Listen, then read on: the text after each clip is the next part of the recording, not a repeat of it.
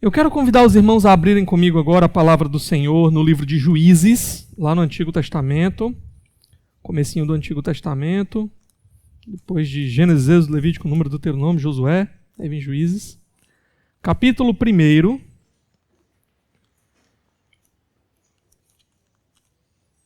Juízes, capítulo 1. E a gente vai ler agora só o verso 1, mas deixa a sua Bíblia aberta em Juízes, porque o objetivo é que a gente hoje vá até o capítulo 2, verso 5, tá? Mas não se preocupem, que eu já botei o meu cronômetro para funcionar, a gente não vai extrapolar o tempo, espero eu. Ok? Juízes 1, verso 1. Nós estamos iniciando a nova série agora nesse livro, é o que vamos ver nos domingos aqui na igreja. Diz assim a palavra de Deus. Depois da morte de Josué, os israelitas perguntaram ao Senhor: quem de nós será o primeiro a atacar os cananeus? Até aqui vamos orar nesse momento. Ó Deus, obrigado por termos acesso à Tua palavra. Obrigado porque é aqui que o Senhor se revelou para nós. É aqui que o Senhor nos informa qual é a Tua vontade, o que nós precisamos. Nos ajuda, Senhor, a ouvir a Tua voz. E nos ajuda a responder da maneira correta, adequada, a fim de que nossa vida Te agrade, Senhor. Esse é o nosso desejo e a nossa oração, em nome de Jesus. Amém. Irmãos, eu ouvi a história de que, certa vez numa empresa, o chefe da empresa ali, ele se aproximou de uma máquina de triturar papel, com um documento na mão, e ele ficou olhando para aquela máquina, e então tinha um funcionário, muito desejoso de mostrar serviço, querendo ali alguma promoção ou algo assim, e ele correu, quando ele viu aquela cena, ele, opa, minha oportunidade. Chegou próximo do chefe, e o chefe disse assim: você sabe como funciona essa máquina? Ele disse: sei, com certeza. Já pegou aqui o documento da mão do chefe, botou dentro da máquina para triturar. Enquanto isso, o chefe saiu andando de volta para a sua sala e disse assim: eu vou precisar só de uma cópia, tá? E foi de volta lá para a sua sala, né? Moral da história. Qual foi o problema aqui? Houve uma falta de comunicação, ou um problema na comunicação. O chefe havia perguntado se ele sabia como aquela máquina funcionava. Mas o chefe não havia dito o que ele desejava fazer com aquela máquina, ou com aquele papel, com aquele documento. O que trouxe esse problema? Será que foi falta de clareza? Não, o chefe foi muito claro. Ele perguntou: você sabe para que serve essa máquina? Ou como funciona essa máquina? Você sabe usar essa máquina? Só que o funcionário estava muito mais interessado em si mesmo, nos seus próprios interesses, nas vantagens que ele poderia obter, do que em entender o que o chefe queria. Em entender qual era a vontade do seu patrão. E por isso houve aí o problema. No nosso relacionamento com Deus, às vezes a gente toma decisões meio parecidas. Assim como aquele funcionário, ele ouviu o chefe pela metade, às vezes parece que a gente escuta Deus pela metade. A gente está mais preocupado com os nossos próprios interesses, com os nossos próprios desejos, o que a gente quer, os nossos planos, o que a gente pretende fazer para alcançar os nossos objetivos, os nossos alvos, e esquece de perguntar o que Deus quer. Esquece de perguntar: se Deus quiser, qual a tua vontade, Senhor? E a gente sai correndo e pegando de Deus só o que nos interessa. Eu tenho aquela promessa, ser forte e corajoso. Eu tenho aquela promessa, pede-me, eu te darei. E a gente sai catando, ouvindo a Deus pela metade, só o que nos interessa, porque no final das contas a nossa grande preocupação não é em ouvir a voz de Deus com clareza, não é em entender o que Ele quer, mas é como eu posso usar Deus para atingir os meus próprios objetivos. Aqui no nosso texto, nós temos um exemplo que parece ser de um momento em que o povo de Deus parece que está ouvindo Deus também só pela metade. E às vezes está mais interessado nos seus próprios interesses, olhando mais para si mesmo, do que tentando ouvir a voz de Deus e obedecer à voz do Senhor. Nós vamos encontrar aqui, nesse capítulo 1 de Juízes, até o capítulo 2, verso 5, uma espécie de diálogo, uma espécie de relacionamento entre o povo e Deus, em que em alguns momentos Deus fala, em outros momentos o povo fala, E assim, a gente vai vendo como isso se desenrola, esse diálogo, e a gente vai percebendo também o que Deus está dizendo, qual é a vontade de Deus, mas como é que o povo está respondendo a isso.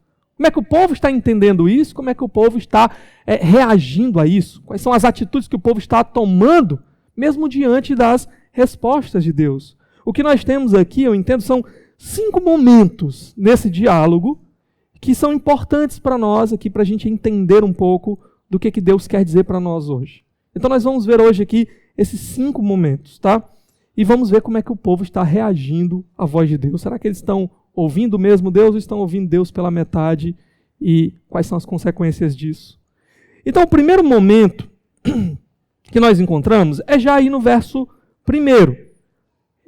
Aqui o povo vai falar, o povo vai fazer uma pergunta para Deus. Mas antes disso, nós temos aí uma informação importante. Ele diz, depois da morte de Josué. Depois da morte de Josué. Por que isso é importante? Porque isso marca o fim de uma era. Isso marca que agora um novo momento. O livro anterior, antes de Juízes, é o livro de Josué.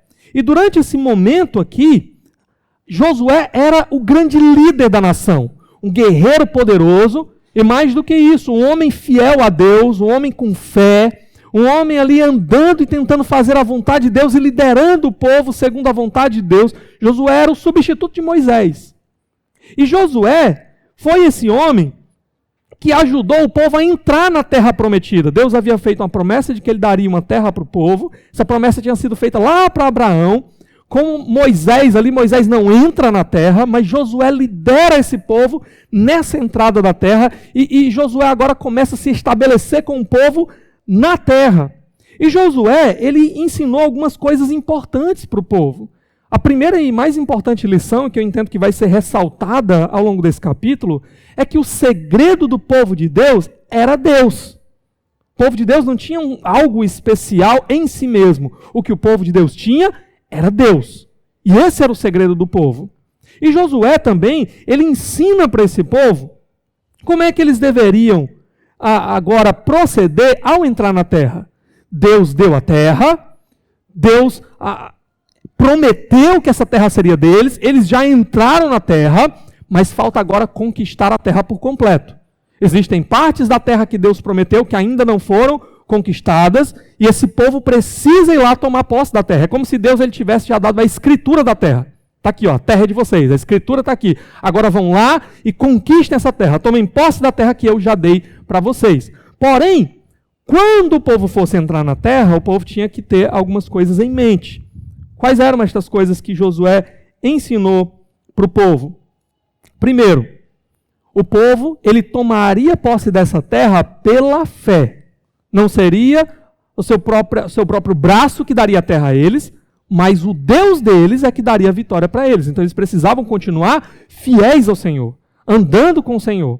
E outra lição importante é que por causa disso, eles deveriam expulsar da terra todos os habitantes que estavam lá. Porque se aqueles habitantes continuassem ali, esse povo de Deus agora seria tentado a seguir os deuses falsos deles e a seguir os costumes errados deles, pecaminosos deles, que era a razão pelo qual Deus estava expulsando aquele povo daquela terra. Então, o objetivo de Deus era que esse povo tomasse posse da terra e na terra agora eles tivessem um relacionamento verdadeiro com Deus e eles fossem agora uma luz para as nações ao redor.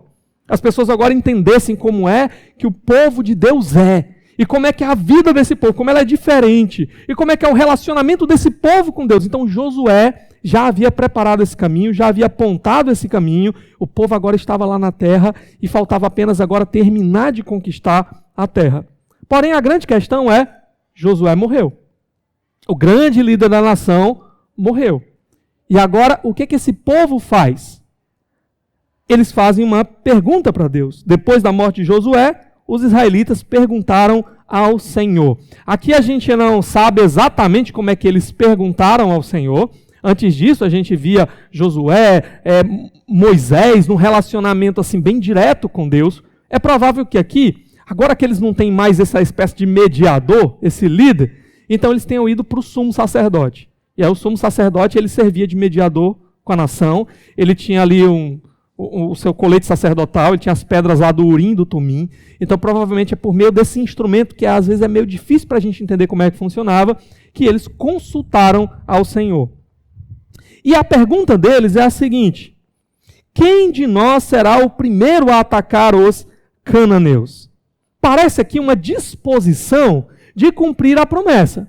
Deus deu a terra e agora nós estamos aqui pronto para tomar posse dessa terra. A gente quer saber agora de Deus somente o quê? Senhor, quem é que vai primeiro? Como é que o Senhor quer que as coisas sejam feitas? Então parece aqui um interesse genuíno. O povo aqui parece que está num tempo de fidelidade ao Senhor e eles estão prontos para receber aquela promessa, aquela bênção de Deus. Estão prontos para obedecer ao Senhor. E aí a gente chega no segundo momento, que é onde Deus ele vai responder ao povo. Está aí no verso 2. Olha o que o texto diz. O Senhor respondeu: Judá será o primeiro. Eu entreguei a terra em suas mãos. Então, Deus responde: Judá. E aqui não deveria nos causar espanto Deus ter escolhido que Judá faria isso. Judá seria o líder, porque parece que já havia uma promessa de que Judá, a tribo de Judá, ocuparia essa posição de liderança. Tá? Deus, ele já havia, por exemplo, em Gênesis, capítulo 49, não precisa abrir, mas se você quiser ler depois, versos de 8 a 10, aquele momento em que Jacó ele vai abençoar os seus filhos, que vão representar essas tribos aqui, tá? E aí o que acontece? Quando ele vai abençoar Judá, o que ele diz para Judá? Ele fala que Judá seria um guerreiro, forte, valente, e ele diz: o cetro jamais se apartará da sua casa. O cetro ali é a posição de rei. Então Judá seria esse líder das suas tribos. E quando a revelação de Deus ela vai se desenrolando, vai ficando mais clara para nós, quem é que vem da tribo de Judá? Davi, que é o grande rei de Israel, e Deus continua fazendo promessas para a casa de Davi. E quem é que vem da tribo de Judá e da família de Davi? O nosso rei, Jesus. Ele é o grande líder do povo de Deus. Então aqui não deveria nos espantar que Deus está dizendo: olha, é Judá que vai na frente. E aqui lembra, tá, gente? Ele não está falando da pessoa Judá. Judá tinha morrido aqui. Ele está falando do povo da tribo de Judá, os descendentes de Judá, tá? Tinha 12 tribos em Israel, uma delas era Judá, essas tribos todas dos 12 filhos de Jacó, ok? Eu estou dizendo aqui filhos de Jacó, mas tinha lá os 2 filhos de José, né? Manassés e Efraim, a gente ainda vai ver isso também. Então o que acontece? Deus aqui, ele não apenas aponta o caminho, quem vai liderar Judá, mas ele também diz que ele vai cumprir a sua parte na promessa. Na aliança que Deus fez com o seu povo, ele está dizendo aqui: eu vou dar essa terra para vocês. Eu vou dar essa terra. E é muito interessante que a gente vai ler também aqui ao longo da mensagem, do nosso texto, que muitas vezes o autor vai escrever assim: e Deus deu a vitória para eles. E Deus entregou os inimigos nas mãos dele. Mais uma vez reforçando o quê? O segredo é Deus. Não é a força do povo, não é a força de Judá, é a força de Deus que está entregando a terra para eles. Então Deus está dizendo: eu vou cumprir a minha parte. Vão lá, Judá vai na frente. E aí a gente tem o terceiro momento em que Judá vai responder agora a essa fala de Deus. Olha aí o verso 3. Então os homens de Judá disseram aos seus irmãos, né, de Simeão, da tribo de Simeão: venham conosco ao território que nos foi designado por sorteio e lutemos contra os cananeus. Iremos com vocês para o território que lhes foi dado. E os homens de Simeão foram com eles. Tá? Quando ele fala cananeus aqui, irmãos, é porque toda essa terra de Canaã, ela tinha muitos povos diferentes vivendo lá. A gente vai ver depois aqui, tinha os jebuseus e tudo, mas como tudo aquilo era considerado Canaã, então não interessava muito qual era a tribo, o povo que você fazia parte, todo mundo era chamado de cananeu, tá? Então, Judá aqui parece que assume essa posição de liderança, seu vô, e ele desafia aqui o seu irmão, a tribo, né, sua tribo irmã, no caso aqui de Simeão, para ir com ele lutar e dominar aquela terra. Por quê? Alguns entendem que aqui, basicamente, ele está fazendo o quê? Está sendo fiel ao chamado de Deus e está começando a liderar o povo. E já chama Simeão. E até porque o território que tinha sido prometido para Judá, imagina aqui um círculo, isso aqui seria a terra de Judá, e a terra que tinha sido prometida a Simeão, ela ficava dentro desse território. Imagina um círculo menor aqui dentro, essa seria a terra de Simeão. Então, talvez por isso faria sentido ele, olha, nós vamos conquistar a mesma terra, porque o lugar de vocês, as cidades de vocês vai ficar dentro das nossas cidades. Então ele vai e chama o seu irmão aqui para ir lutar ali com ele e tomar posse dessa terra. E aí, no verso 4, olha o que ele diz. Quando os homens de Judá atacaram, o Senhor entregou os cananeus e os ferezeus nas mãos deles, e eles mataram 10.000 homens em Bezeque. Então aqui, o Senhor entregou nas mãos deles. Deus aqui cumprindo sua parte na aliança, Deus aqui dando a vitória para o seu povo. E a partir do verso 4 até o verso 19, o que nós vamos encontrar são o registro das vitórias de Judá. Judá invadindo a terra, Judá conquistando as cidades, Judá, todo o seu poder ali, conquistando a terra que Deus havia prometido. É muito interessante aqui, ele fala aqui da cidade de Bezeque, ele vai falar um pouco mais sobre essa cidade de Bezeque daqui a pouquinho, nós não vamos ver agora, nós vamos pular logo para o verso 8, para a gente ver aqui as conquistas de Judá. Dá uma olhadinha no verso 8, olha o que ele diz. Os homens de Judá atacaram também Jerusalém, e a conquistaram, mataram seus habitantes ao fio da espada e a incendiaram. Então, Jerusalém aqui, nessa época, provavelmente era conhecida como Jebus. Daqui a pouquinho vai aparecer os Jebuseus. Os Jebuseus era o povo de Jebus, o povo de Jerusalém, tá? Só para vocês já irem se situando aqui. Mas algo interessante, por que a cidade foi queimada? Jerusalém não ficava no território que Deus havia prometido para Judá. Jerusalém ficava no território prometido a Benjamim, só que era fronteira com Judá. Então, muito provavelmente, quando Judá foi tomar aquela parte ali, ele aproveitou e já conquistou a cidade de Jerusalém. Só que eles queimaram a cidade, porque essa era uma prática, para que o povo não voltasse e se estabelecesse ali na terra. Então, eles já deixaram tudo queimado para a dificuldade deles voltarem para aquela região. E seguiram para a conquista que eles estavam realizando aqui, fazendo aqui. Quando o texto diz que eles mataram todos os habitantes aqui, é um modo de falar. Geralmente, quando a Bíblia ela menciona essas guerras, há uma linguagem assim, hiperbólica, né? O todos aqui você pode entender como aqueles que se envolveram diretamente na guerra, aqueles que lutaram, aqueles que guerrearam. Por que eu estou dizendo isso? Porque mais na frente, você vai ver que os jebuseus vão voltar para lá. Então, não mataram todo mundo. Tinha um bocado de jebuseu ainda que sobreviveu. Eles mataram o exército dos jebuseus, os líderes ali dos jebuseus, tá? Mas, enfim, isso vai ser importante para a gente daqui a pouquinho. Ok. Então, versos 9 e 10, continuam aqui as vitórias. Olha aí. Depois disso, eles desceram para lutar contra os cananeus, que viviam na serra, no Neguebe e no Cefelá. Avançaram contra os cananeus que viviam em Hebron, anteriormente chamada Kiriat Arba, e derrotaram Sesai, Aimã e Talmai. Essa menção de Hebron aqui é importante, porque Hebron era uma cidade muito importante para o povo de Deus. Os patriarcas, lembra de Abraão, por exemplo, passaram aqui por Hebron. Mas o que eu queria destacar para vocês é como é que era o nome dessa cidade antes. Ele fala aqui, né? Kiriat Arba. E Arba era um guerreiro poderoso, descendente lá daquilo que eles são chamados dos gigantes, certo? Então Arba, ele era talvez o guerreiro mais poderoso daquele povo ali. E os outros aí são os descendentes dele, de Arba. Sesai, Aimã e Talmai, que também eram desses gigantes poderosos que são mencionados.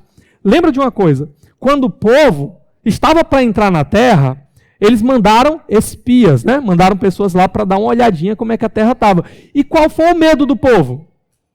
Essa terra tem gigantes. O povo lá são muito fortes, muito poderosos, a gente é como gafanhoto na frente deles, nós somos pequenos. Nós não temos força para vencer esse povo. Quem foi contra? Só Josué e Caleb. Josué e Caleb disseram o quê? Gente, o nosso Deus é mais poderoso.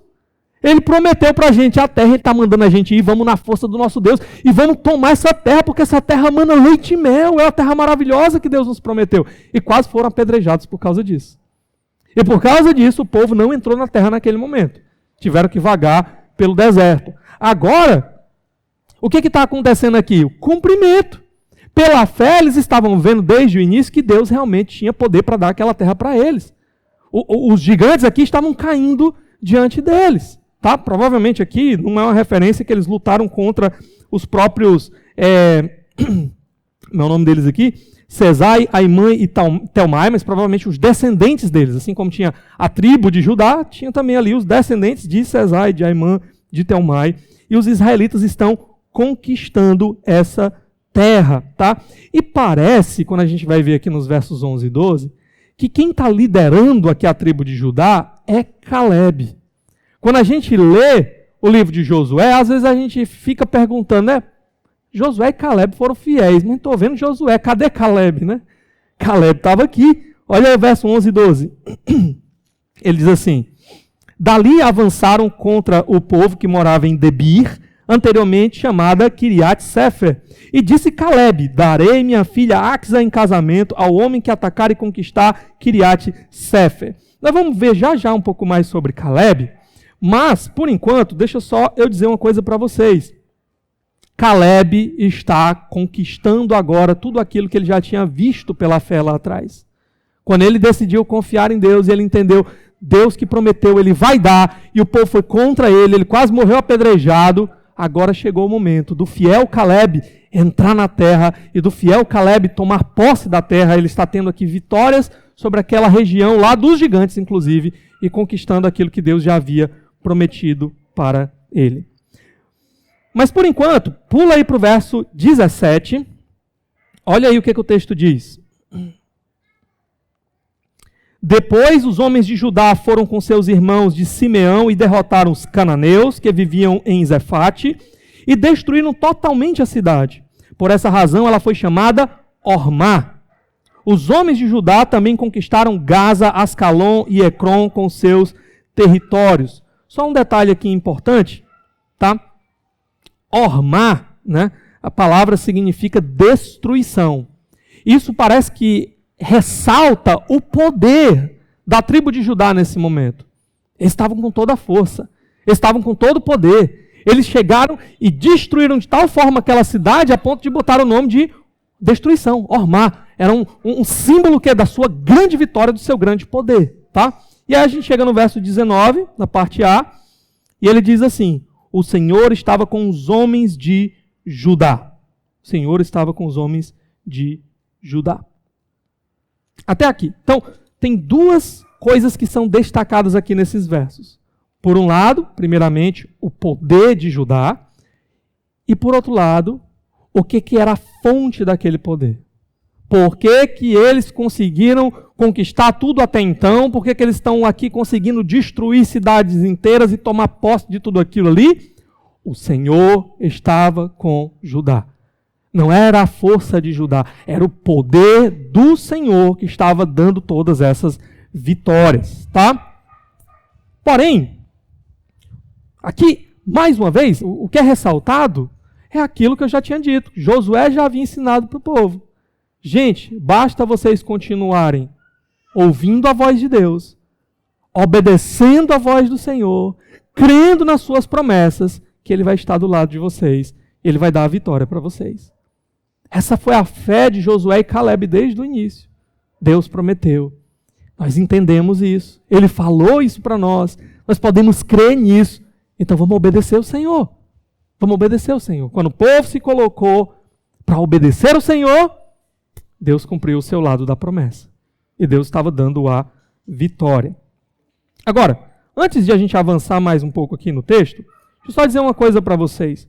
A gente olha para todas essas descrições muitas vezes, e a gente olha pela lente do nosso século 21, e tem alguns momentos que a gente fica assim, né? Rapaz, é muita violência, é muito sangue, é muita guerra. O povo de Deus no meio desse negócio aí, né?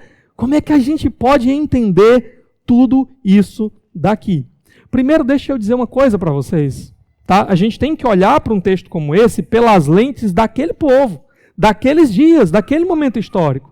E sabe, naquele tempo, naqueles dias, a situação era muito diferente da nossa.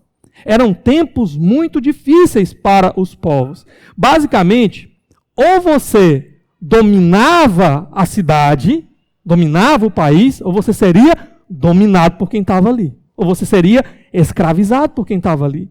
O povo que está vindo agora tomar essa terra de Canaã, ele está vindo de onde?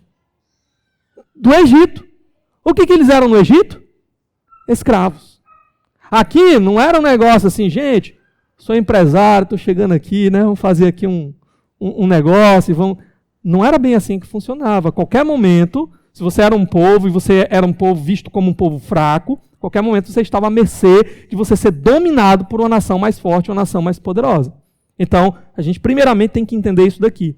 Segunda coisa, Deus, nesse momento da história, ele não chamou apenas um povo para adorá-lo. Ele chamou um povo para ser o seu povo como uma nação, com exército, com liderança. Claro, Deus deveria ser o rei da nação, o líder da nação. Daqui a pouco a gente vai ver que essas coisas começam a mudar um pouco. Mas, o que acontece? Enquanto nação, Deus usava esse povo como instrumento da sua justiça também. Ele queria mostrar como é que deveria ser uma nação diante de Deus, mas ao mesmo tempo ele usava esse exército dessa nação para punir nações que estavam fazendo coisas que Deus abominava. Estavam enveredando por caminhos que eram abomináveis a Deus. E Deus vai fazer isso com Israel. Ele vai usar Israel como se fosse ali o seu chicote para castigar e disciplinar, trazer juízo contra nações que estavam enveredando por caminhos muito terríveis contra o Criador. Deixa eu dar só um exemplo para vocês disso, tá? Em Gênesis, capítulo 15, versos de 13 a 16, quando Deus prometeu dar aquela terra para Abraão, ele disse assim, olha, mas vocês não vão entrar agora na terra. Sabe por que vocês não vão entrar nessa terra agora? Porque a medida dos pecados daquelas nações que moram naquela terra ainda não se completou. É como se Deus estivesse dizendo assim, eles estão enveredando por um caminho terrível de destruição, que é isso que o pecado traz, só que ainda não chegou na medida completa. Quando chegar na medida completa, aí eu vou botar vocês para dentro daquela terra para expulsar eles de lá. Por quê? Porque vocês serão a minha vara de juízo contra esse povo terrível e rebelde. Então ainda não está no tempo. Agora, que pecados eram esses? Quando a gente vai para Levítico 18, Moisés está instruindo o povo, vocês vão entrar na terra, mas antes de entrar na terra eu tenho que dizer uma coisa para vocês, não se contaminem com os pecados daquela nação. Não se contaminem com os pecados daquele povo. Vocês têm que ser um povo diferente, um povo santo. Um povo que não vai ter as mesmas atitudes abomináveis ao Senhor. E ele começa a descrever alguns dos pecados daquele povo e dizendo assim, ó, eles lá na terra fazem isso, lá em Canaã eles fazem isso, no Egito eles também faziam. Vocês não podem fazer isso. E quais são esses pecados? Alguns deles. Ele fala sobre incesto, relacionamento com parentes bem próximos, até inclusive entre irmãos, mães, pais e tudo mais. Ele fala sobre adultério, relacionamento com pessoas que não eram seu marido, sua esposa. Ele fala sobre homossexualismo, aquele famoso texto de Levítico que vai dizer o homem não deve se deitar com outro homem como se fosse mulher. Ele fala sobre sacrifícios de crianças. Esse povo, eles realizavam esses sacrifícios. E lá, inclusive, fala do sacrifício a Moloque. Sabe como é que acontecia? Tinha a estátua de Moloque, com os braços de ferro que ficavam assim, e era colocado fogo por dentro, de modo que o ferro ele começava a encandecer. Ficava muito quente, ficava vermelho, né? Aquele ferro. Aí eles vinham com a criança e botavam nos braços de Moloque. E as crianças morriam ali, então, queimadas por aquele ferro. Eles faziam isso, coisa que Deus disse que era abominável. Ele diz, eu nunca pensei nisso. Tá?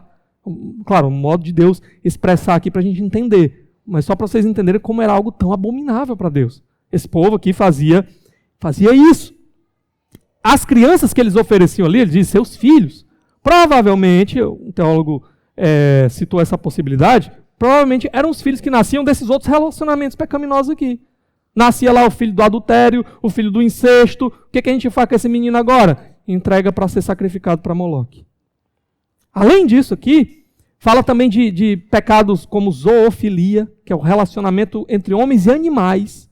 Tudo isso acontecia naquela terra. Então chegou o momento que Deus disse, basta, basta.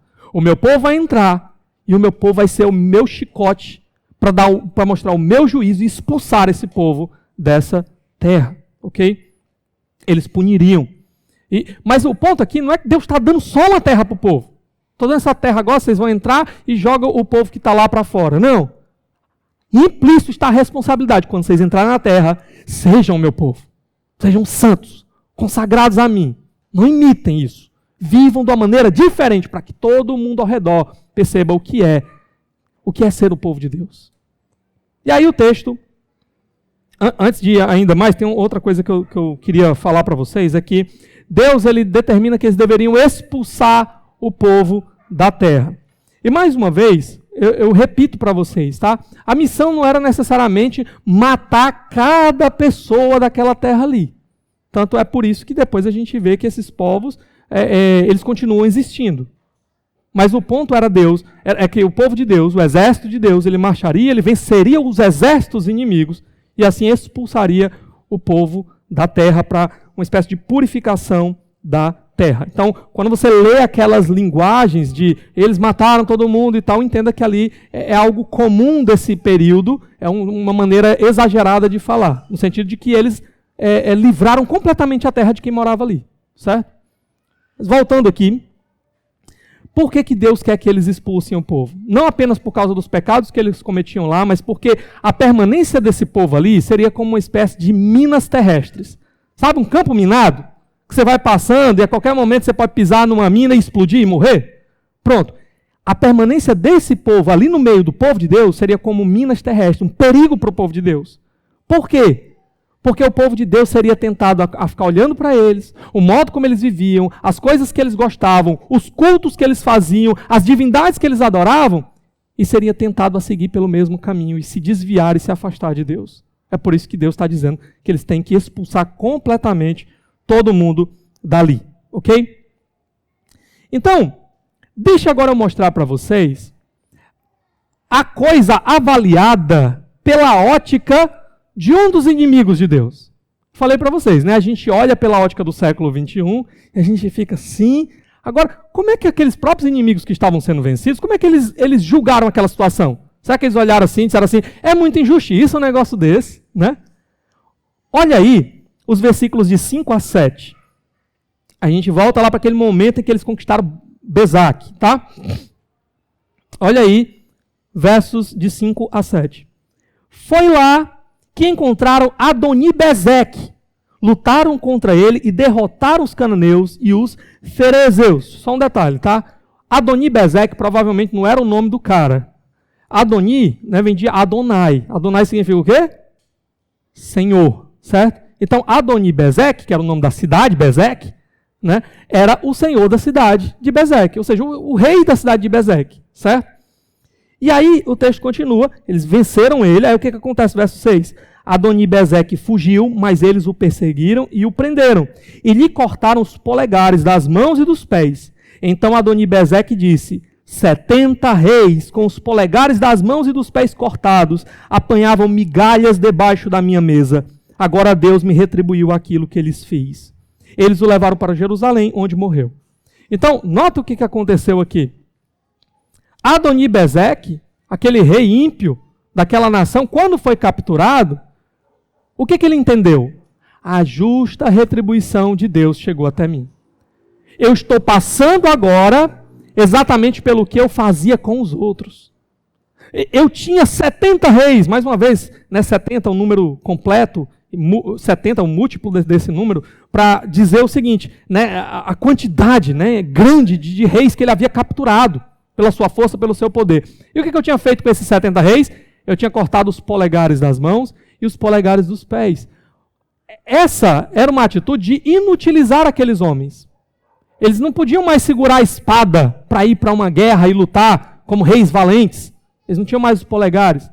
Alguns dizem, inclusive, que quando você perde os polegares dos pés, você fica com o seu senso de equilíbrio meio desestabilizado também. E o fato é que não apenas ele estava inutilizando esses reis para a guerra, mas era uma atitude também de humilhar esses reis.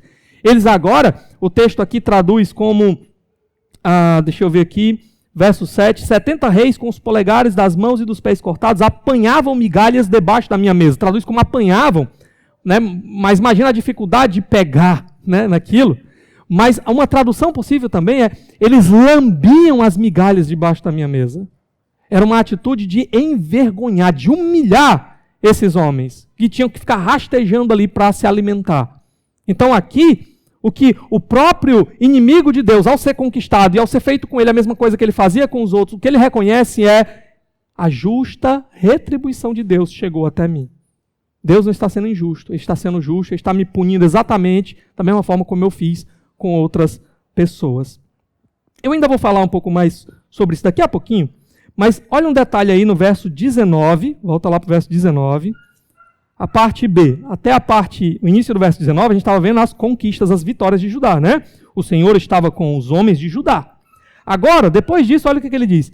Eles ocuparam a serra central, mas não conseguiram expulsar os habitantes dos vales, pois estes possuíam carros de guerra feitos de ferro. Olha o que acontece. Agora, o povo que estava tão vitorioso, conquistando tudo, é parado. Eles não conseguiram expulsar o povo dessa região. Por quê? Qual a razão? O que acontece aqui? A razão que é apresentada é porque eles tinham carros de ferro. Isso daqui é uma figura para ressaltar o quê? O poder daquela outra nação. Eles eram mais poderosos. Eles tinham uma tecnologia mais avançada, melhor, e por isso o povo não conseguiu conquistar aquela região. Entenda uma coisa. Aqui, o narrador da história, ele está botando uma pulga atrás da nossa orelha. Certo? Porque ele está querendo que a gente comece a fazer umas perguntas, que ele vai responder lá na frente.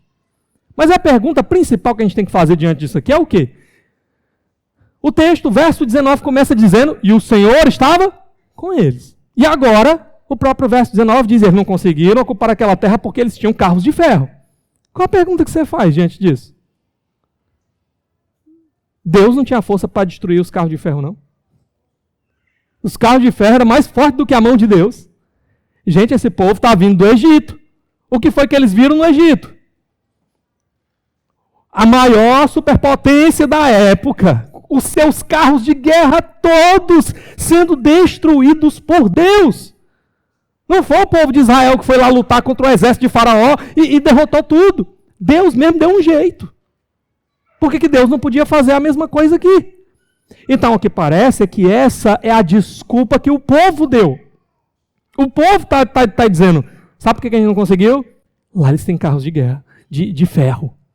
Eles têm uma tecnologia, um exército superior ao nosso. O poder deles não pode ser vencido por nós. Sabe qual é o problema real do porquê eles não conseguiram conquistar? Fé. Esse é o problema que está implícito aqui. E que o autor ele já vinha dando dicas para nós ao longo do texto. Que Judá começou muito bem, talvez nem tão bem assim já no início, e que depois as coisas foram só piorando. Ao ponto de que agora Deus estava cumprindo a sua parte. Mas o povo agora estava fraquejando na sua fé. Estava sendo infiel. E Deus estava fazendo o quê? Estava brecando esse povo. Vou dar alguns exemplos aqui para vocês. Logo no verso 3, quando diz assim, verso 2, o Senhor respondeu, Judá será o primeiro, eu entreguei a terra nas suas mãos. Aí verso 3, então os homens de Judá disseram aos seus irmãos de Simeão, venham conosco ao território que nos foi designado por sorteio. Alguns aqui, comentaristas, olham para isso e dizem assim, peraí, Deus mandou Judá. Por que Judá está chamando Simeão? A possibilidade, como eu falei, é a mesma terra. A terra de Judá e dentro dela, lá algumas cidades, é a terra de Simeão. Mas alguns têm olhado para isso e pensado o seguinte, será que aqui Judá já não está começando a duvidar? Deus mandou Judá ir, mas Judá disse assim, sozinho eu acho que eu não consigo não. Sozinho eu acho que eu não tenho força para derrotar não. Bora comigo, Simeão. Nós dois juntos tá certo. Alguns entendem que aqui Judá já começou, ok, vamos obedecer, mas vamos obedecer pela metade. Nós estamos ouvindo Deus mandar, mas estamos ouvindo só pela metade. Se esquecendo que Deus é que dá a vitória. Deus é que dá a força. Mas se Judá talvez não fosse o caso ainda no verso 3, há um momento aqui, no caso com Adoni-Bezeque, que parece que Judá ele começa agora já a se misturar com as práticas do povo que ele está conquistando. Onde é que Deus disse que quando Judá conquistasse um território, ele tinha que capturar o rei, cortar os polegares e colocar ele lá para viver debaixo da sua mesa? Onde é? Em lugar nenhum. Quem que fazia isso? Adoni-Bezeque. Então, o que Deus disse é, elimine o povo dessa cidade, expulse, tire daí. Só que o que Judá faz? Judá chegou lá e viu, olha o que ele fez com os outros reis que ele conquistou. Bora fazer igual? Bora fazer igual? Irmãos, quando a gente continua lendo a Bíblia, a gente continua vendo a revelação de Deus aqui, a gente chega lá nos episódios de Samuel com Saul. Sabe o sabe qual vai ser um dos problemas de Saul? Saul, Deus manda ele conquistar uma cidade, e Deus diz que vai dar a vitória, mas que ele deve expulsar tudo lá e eliminar tudo. O que Saul faz? Ele vai e conquista, mas ele não obedece a Deus completamente. Ele captura o rei e traz o rei vivo, como seu troféu, como seu capturado. E o que Deus vai dizer? Quando Samuel chega lá, ele diz assim: por que você fez isso? Por que você não obedeceu a Deus? Por que você foi infiel a Deus? Era uma atitude de infidelidade, por isso Deus te rejeitou. Era para você ter matado ele, por que você preservou ele? E aí o próprio Samuel vai puxar a espada e passa a faca, né? Então aqui, esse povo já estava fazendo a mesma coisa, sendo infiel a Deus e desobedecendo a Deus, adotando, imitando as práticas dos seus inimigos, que Deus tinha dito que não era para eles fazerem. Parece que o povo está ouvindo pela metade. O povo está comparando o poder do exército inimigo com o seu próprio poder. Não dá para nós. Eles têm carros de ferro. Sabe, tem momentos na vida que a gente começa a fazer coisas e parece que tudo está dando certo e a gente começa a se enganar, achando que o segredo está em nós. Olha como eu sou inteligente. Sabe por que está dando certo? Sabe por que está prosperando?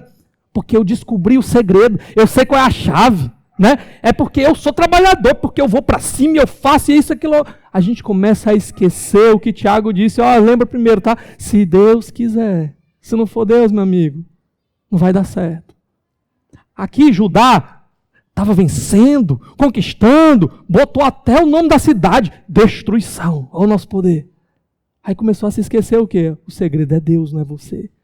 E aí, na hora que ele se depara com outra nação inimiga, ele compara o poder daquela nação com o seu próprio poder. Ele diz, contra carro de ferro não dá. Se fosse ainda as carrocinhas de madeira, mas carro de ferro aí já é demais. Ele esquece de comparar o poder da outra nação com o poder do Deus de Judá. É carro de ferro, mas eu tenho o Deus do universo, o Todo-Poderoso. O que é carro de ferro para ele? Ele que entortou os montes. O que é carro de ferro para ele? Então Judá começa a fraquejar na sua fé. E o restante agora, de todo o capítulo 1, é mostrando que, seguindo a liderança de Judá, as outras tribos de Israel vão pelo mesmo caminho. Um caminho de fraqueza na fé e um caminho de derrota. Olha o verso 21. Ele diz assim: já os benjamitas deixaram de... Só um detalhe aqui. A partir do 21. Já os benjamitas deixaram de expulsar os jebuseus que estavam morando em Jerusalém. Os jebuseus vivem ali com os benjamitas até o dia de hoje. Só um detalhe. Da onde é que vem o primeiro rei de Israel? Da tribo de Benjamim. Qual é a tribo de Benjamim? Qual é o rei de Israel que vem da tribo de Benjamim? Saul, certo? Os benjamitas aqui, eles não conseguem conquistar os jebuseus. Eu já falei para vocês quem eram os jebuseus, né? Jerusalém. Quem é que vai conseguir conquistar Jerusalém? Davi. A cidade de Davi, que era da tribo de Judá. Aqui parece que, desde esse tempo aqui, Judá, ou Benjamim, não conseguiu completar aquilo que Judá já tinha iniciado. Não era Benjamim que lideraria o povo, que habitaria, ou que conquistaria a cidade, que depois se tornaria o lugar do templo de Deus, né? Mas sim, Judá, a liderança. Mas voltando para cá, nesse momento, Benjamim não consegue expulsar e permite que o povo continue, os jebuseus continuem vivendo no meio deles. Versos 22 a 26, olha aí o que diz. Os homens das tribos de José, por sua vez, atacaram Betel e o Senhor estava com eles. Enviaram espias a Betel, anteriormente chamada Luz. Quando os espias viram um homem saindo da cidade, disseram-lhe: mostre-nos como entrar na cidade, e nós lhe pouparemos a vida. Ele mostrou como entrar, e eles mataram os habitantes da cidade a fio de espada, mas pouparam o homem e toda a sua família.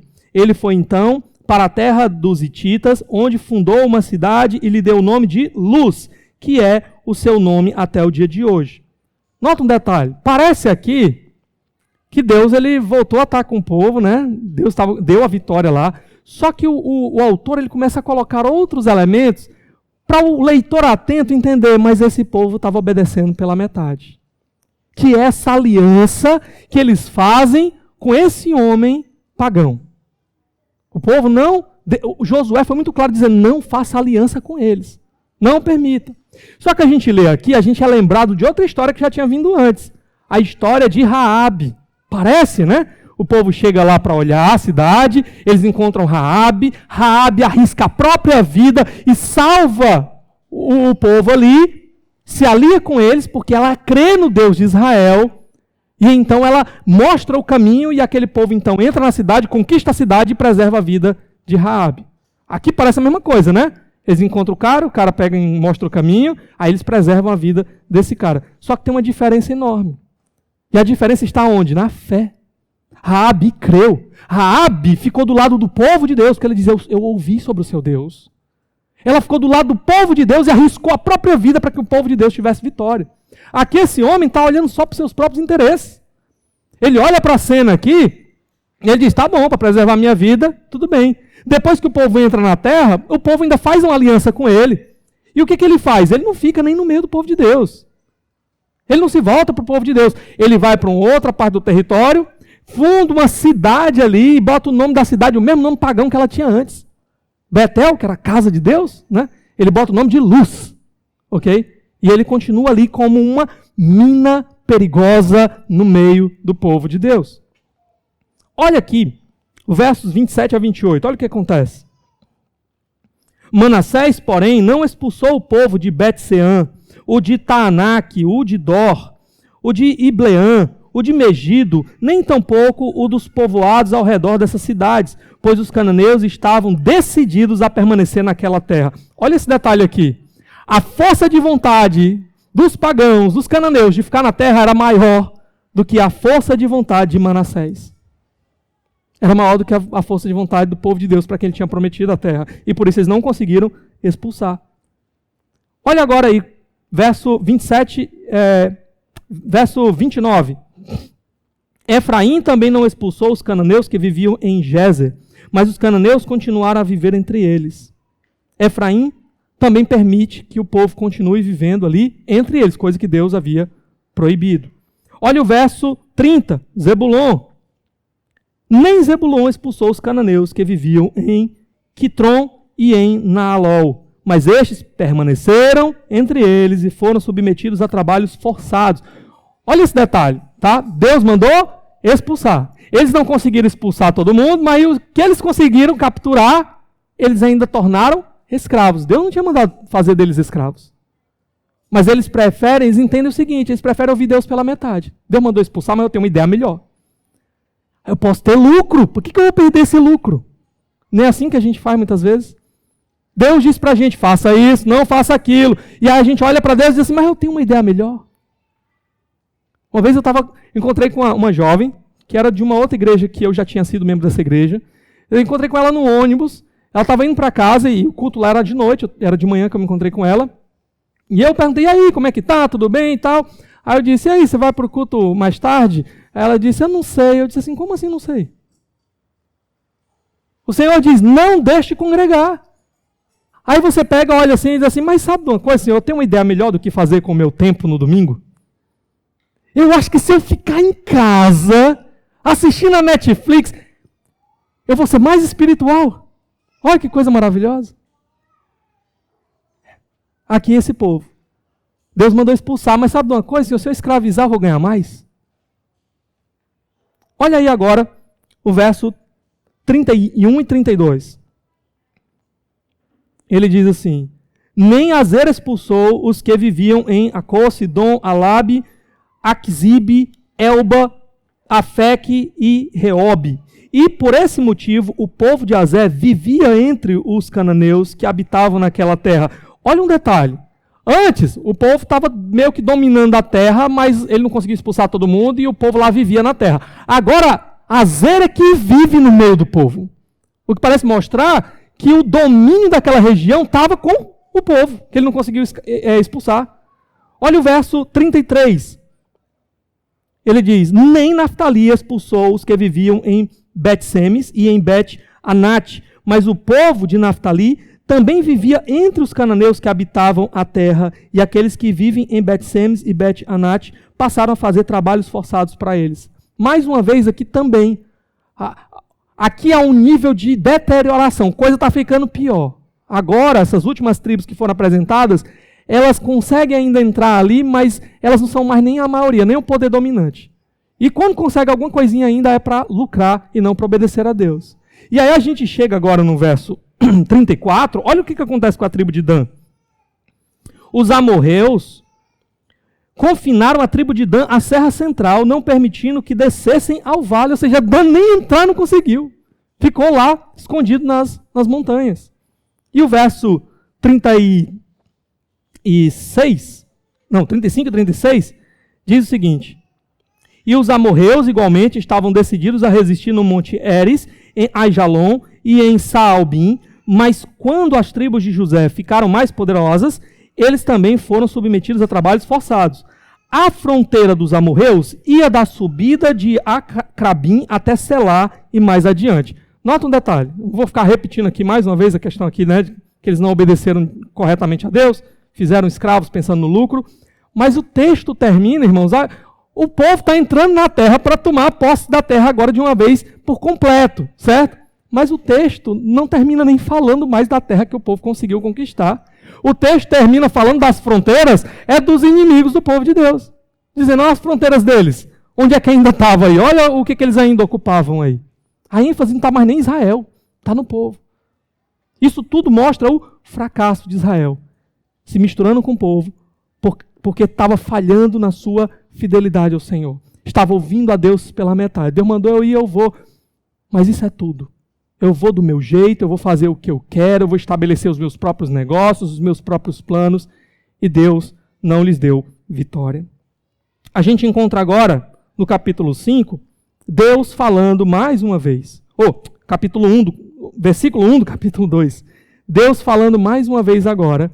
É o quinto ato aqui, né, o quinto momento desse relacionamento entre Deus e o povo. E ele diz assim: o anjo do Senhor subiu de Gilgal a Boquim e disse: tirei vocês do Egito e os trouxe para a terra que prometi com juramento dar a seus antepassados. Eu disse: jamais quebrarei a minha aliança com vocês.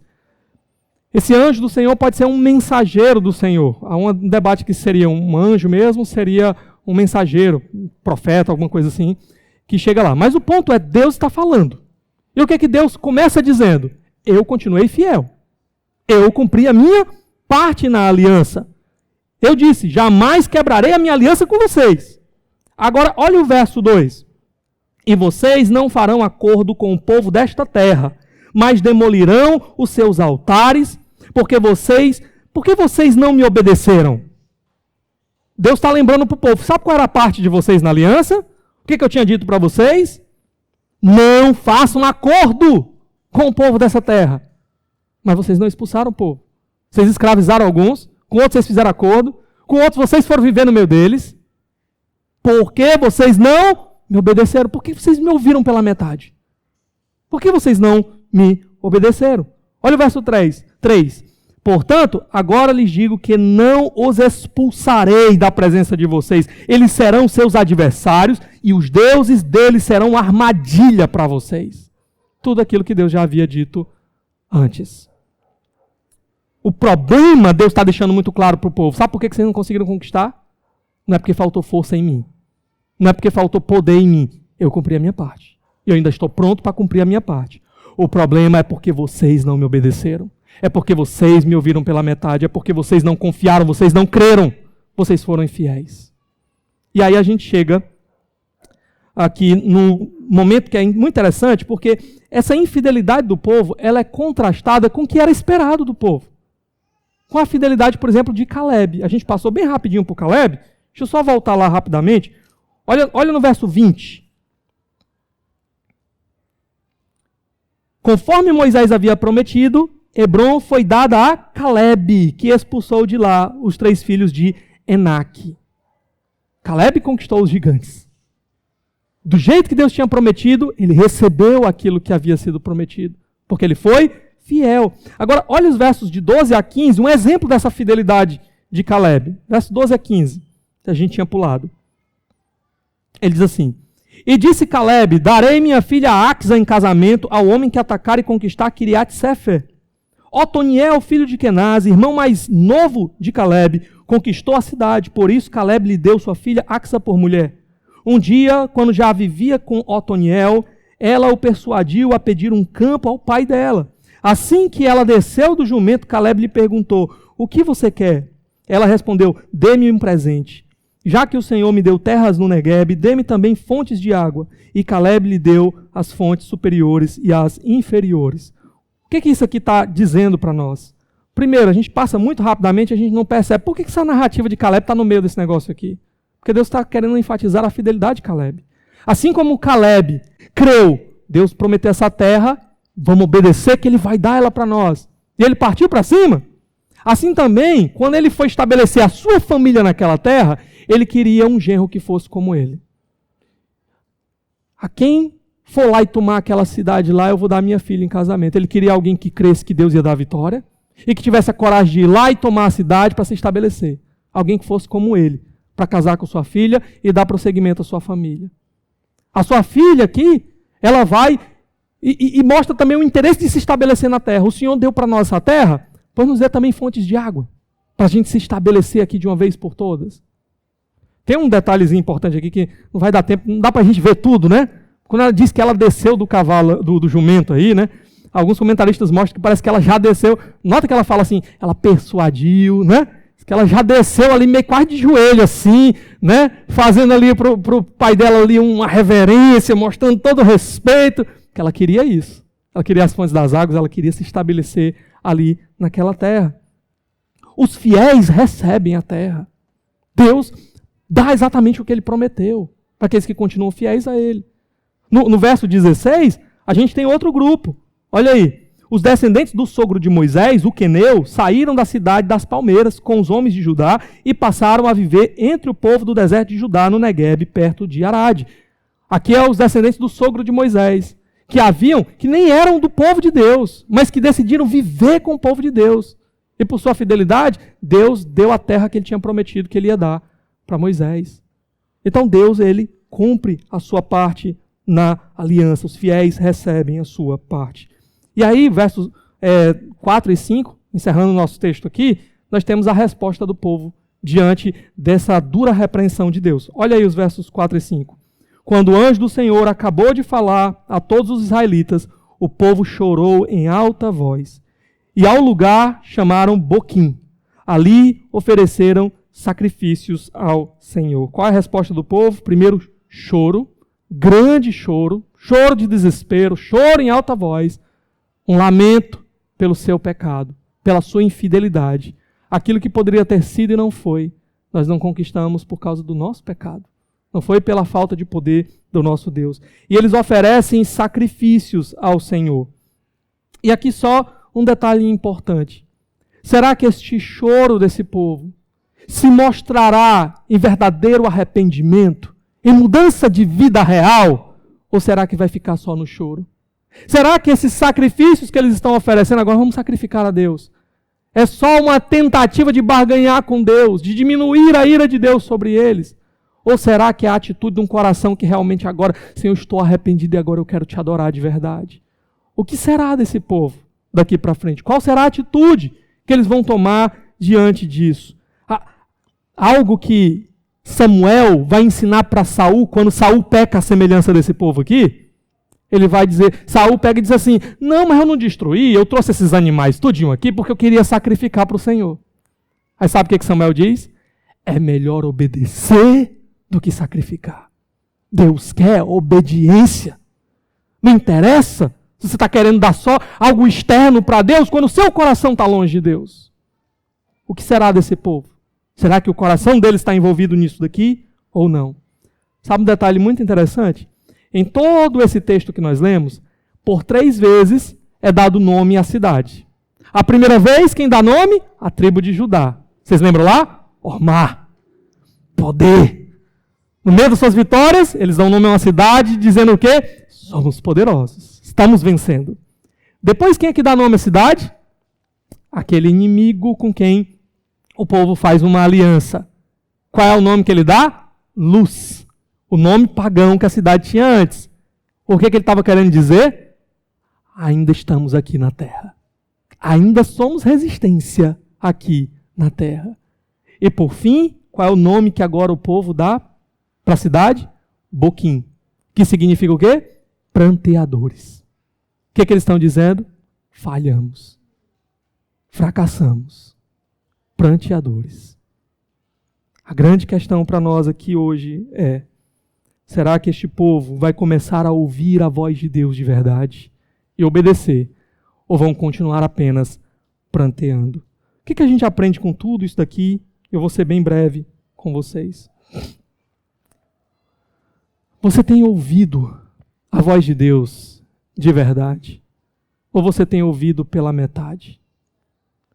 Ou você está mais interessado em você mesmo, no que você quer, do que na vontade de Deus, no reino de Deus, no que Deus quer?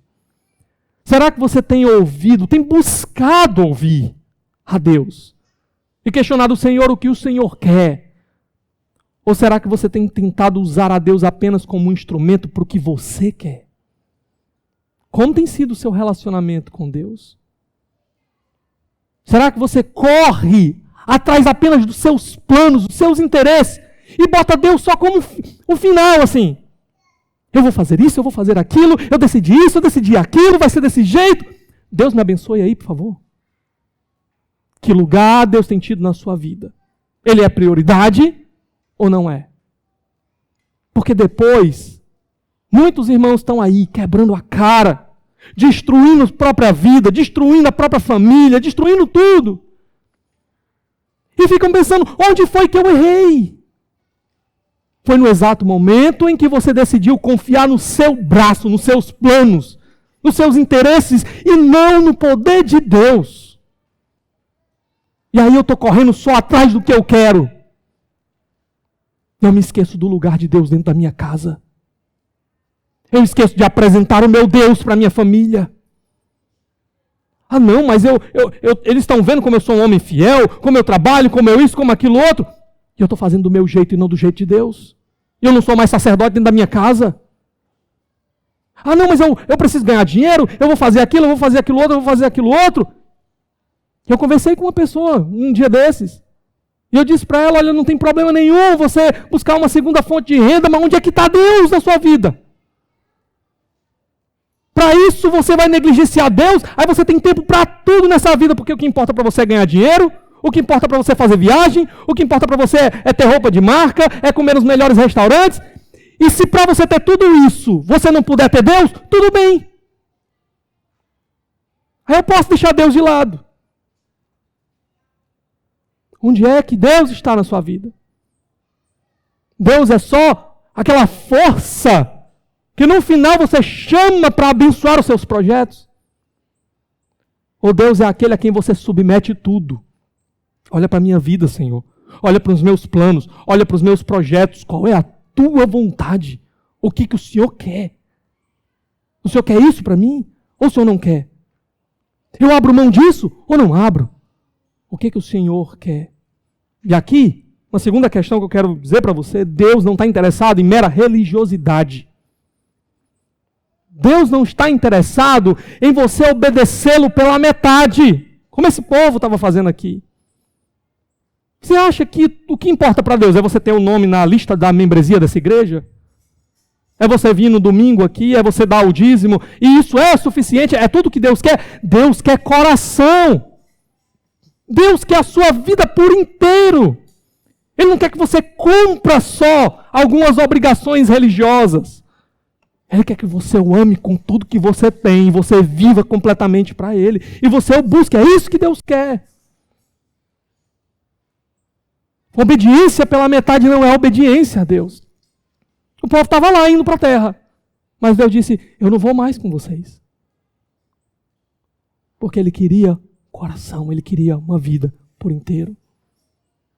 Sabe, irmãos, se tem uma coisa que me desanima profundamente, é quando eu olho para o povo de Deus e eu não vejo esse compromisso. Eu não vejo esse compromisso. Sabe? E eu tenho passado aqui na igreja alguns momentos assim de tristeza profunda, por olhar e eu ver pessoas caminhando assim de maneira tão fraca, tão longe, tão distante do Senhor.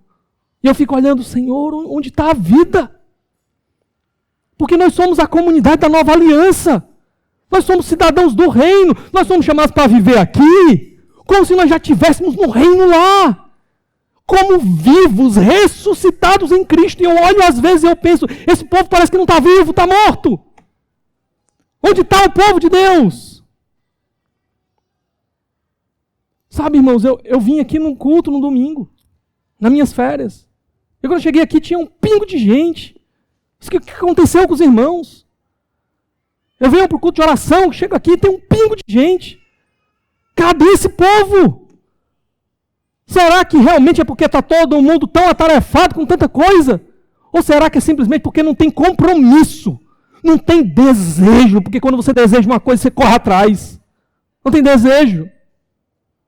A grande pergunta para nós é essa. O que nós estamos oferecendo para Deus?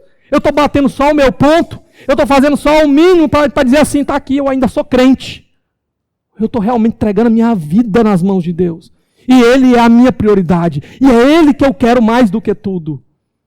Eu estou falando isso, irmãos, porque, sabe, o mínimo, o básico da fé cristã, o básico, é se reunir com o povo de Deus para adorar. É o básico. Só que quando eu olho para o povo de Deus, para a igreja, eu não vejo o básico. Vocês acham que eu vou pressupor que o maior está sendo realizado? Se você não tem coragem, compromisso, força para vir adorar com o povo de Deus aqui, você acha que eu vou pressupor que na sua casa, no seu dia a dia, no seu trabalho, você está vivendo como um homem vitorioso no Senhor? Ah, lá eu estou evangelizando, lá eu estou pregando a Cristo, eu estou tendo vida com Deus, eu estou orando, eu estou buscando conhecer melhor o Senhor no meu dia a dia. Quando o básico não é feito. O Senhor, Ele espera compromisso completo. Mas o que é que nós vamos entregar para Ele no final? Nós vamos terminar alegres com o Senhor? Ou nós vamos terminar em boquim? Nós vamos ter só choro para entregar para o Senhor no final das contas. É só choro no final da estrada. Qual é a nossa realidade? Sabe, talvez nós precisemos chorar mesmo. Mas um choro de arrependimento e não um choro de amargura. Um choro de quebrantamento, de clamor, Senhor, muda a minha vida. Me leva de novo ao primeiro amor. Me ajuda de novo, Senhor, a estar com o coração cheio de amor por Ti. E nada será mais empecilho para mim. Que o Senhor possa, nessa manhã, mudar o nosso coração. Nos fazer olhar de novo para o que Ele já fez por nós. Cristo. Ele deu Cristo, o Filho mais precioso, Ele entregou para morrer por nós. Como é que eu respondo a essa graça maravilhosa? Como é que eu respondo a esse compromisso, essa aliança que o Senhor estabeleceu comigo? Vamos orar nesse momento.